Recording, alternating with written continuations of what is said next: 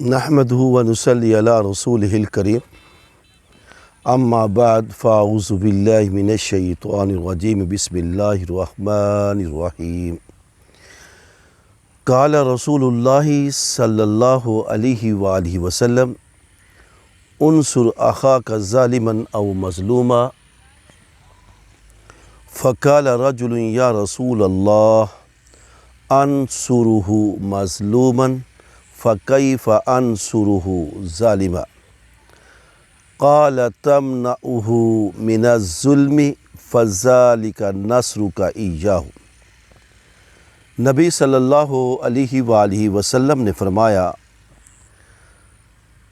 تو اپنے بھائی کی مدد کر چاہے وہ ظالم ہو یا مظلوم ہو۔ تو ایک آدمی نے کہا کہ اللہ کے رسول صلی اللہ علیہ وآلہ وسلم، مظلوم ہونے کی صورت میں تو میں اس کی مدد کروں گا،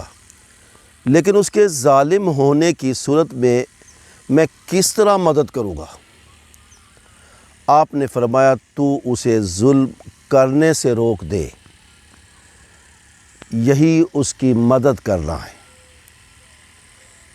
محترم ناظرین، میں نے آپ کے سامنے بخاری اور مسلم شریف میں سے ایک حدیث کا انتخاب کیا اور اس کی تلاوت کی ہے،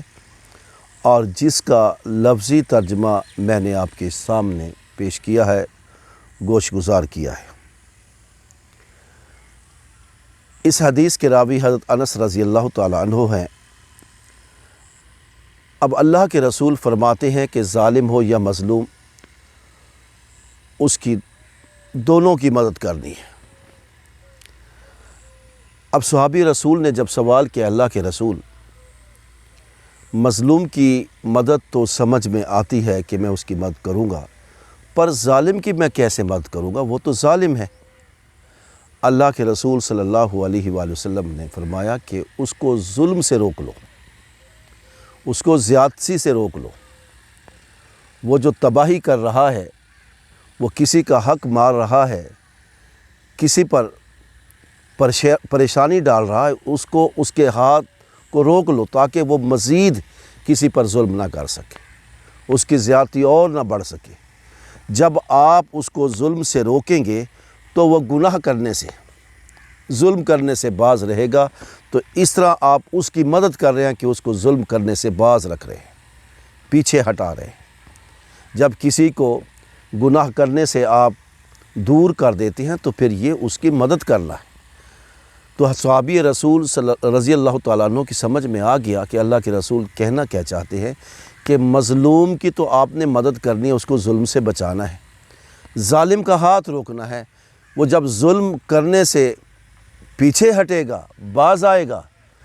تو اس وقت آپ اس کی بھی مدد کر رہے ہیں کہ وہ زیادہ گناہ گار نہیں بنے گا، وہ زیادہ ظلم نہیں کرے گا، وہ گناہ کرنے سے باز رہے گا تمہارے کہنے پر، تمہارے روکنے پر، ٹوکنے پر۔ اب ہمارے معاشرے میں ہم نظر دوڑاتے ہیں تو ہر طرف ظلم کا بازار گرم ہے۔ جس کے پاس کچھ اختیار ہے وہ اپنے اختیار کو غلط استعمال کر رہا ہے۔ مستحقین تک، جو لوگ استحقاق رکھتے ہیں، جو لوگ حق رکھتے ہیں، وہ صاحب اختیار ان تک حق نہیں پہنچاتا، وہ ظالم بن رہا ہے۔ اب اس صاحب اختیار کو، جو کسی ادارے میں ہے، کسی فیکٹری میں ہے، کسی جگہ پر ہے، اس کو اللہ نے کچھ اختیار دیا ہے، اس کے تحت کچھ لوگ ہیں، وہ ان میں انصاف نہیں کر رہا، بے انصافی کا ظلم کر رہا ہے۔ اسی طرح جب ہم کبھی کسی کو اس کا حق نہیں دیتے، اس کو اس کے حق سے محروم کرتے ہیں، تو اس پر ہم ظالم بنتے ہیں۔ تو اس کے لیے سمجھانے والے ہوں، ناانصافی کے راستے پہ چلنے والے کو روکنے والے ہونے چاہیے، تاکہ مزید ناانصافی نہ ہو سکے، ناانصافی کا ظلم نہ بڑھ سکے۔ آج ہم دیکھتے ہیں میرٹ کی دھجیاں بکھیر دی جاتی ہیں، جس کا حق ہوتا ہے اس کو حق نہیں ملتا، کوئی آواز نہیں اٹھاتا۔ اگر کوئی آواز اٹھاتا ہے تو اس کا گلا دبا دیا جاتا ہے، جیسا کہ ایک شاعر کہتا ہے گلا تو گھونٹ دیا اہل مدرسہ نے میرا، اب کہاں سے آئے صدا لا الہ الا اللہ۔ جری قسم کے لوگ بہت مشکل پائے جاتے ہیں،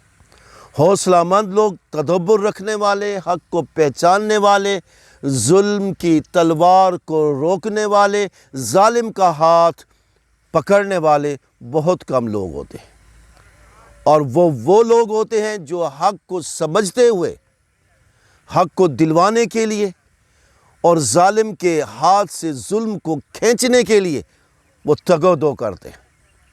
اور جو آج کے معاشرہ میں کسی مظلوم کو حق دلاتا ہے، ظالم کے ہاتھ سے چھڑواتا ہے، تو وہ اللہ کے رسول صلی اللہ علیہ وآلہ وسلم کی حدیث کا مصداق بنتا ہے۔ اب دیکھیں، اسلام صرف یہ نہیں کہ آپ نے 5 وقت کی نماز پڑھ لی، آپ نے زکوٰۃ، صدقات، خیرات، عشر وغیرہ، انفاق فی سبیل اللہ کر لیا، حج کر لیا، جہاد کر لیا، تعاون کر دیا، لیکن جب تک آپ ظالم کا ہاتھ نہیں روکتے اور مظلوم کی سیوا نہیں کرتے، اس کو ظالم کے ہاتھ سے نہیں بچاتے، میں اب آپ سے پوچھنا چاہتا ہوں، یہ حدیث پر عمل تو پیرا نہ ہوئے، آپ یہ سمجھتے ہیں کہ مسجد کی حد تک جا کر ہم نے اسلام پورا کر دیا، قرآن مجید کی تلاوت پڑھ کر ہم نے اسلام قبول کر دیا، اسلام کا حق ادا کر دیا، ہم نے غریبوں کی مدد کر دی۔ میرے دوستو،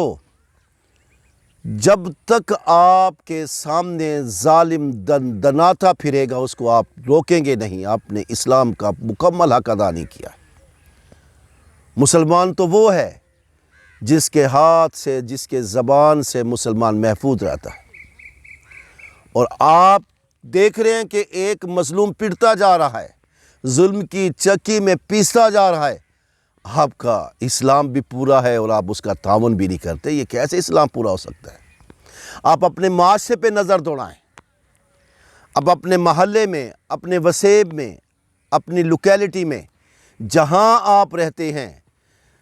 اگر آپ مظلوم کا ساتھ نہیں دیتے تو پھر دیکھ لینا تباہی و بربادی مقدر بن جائے گی۔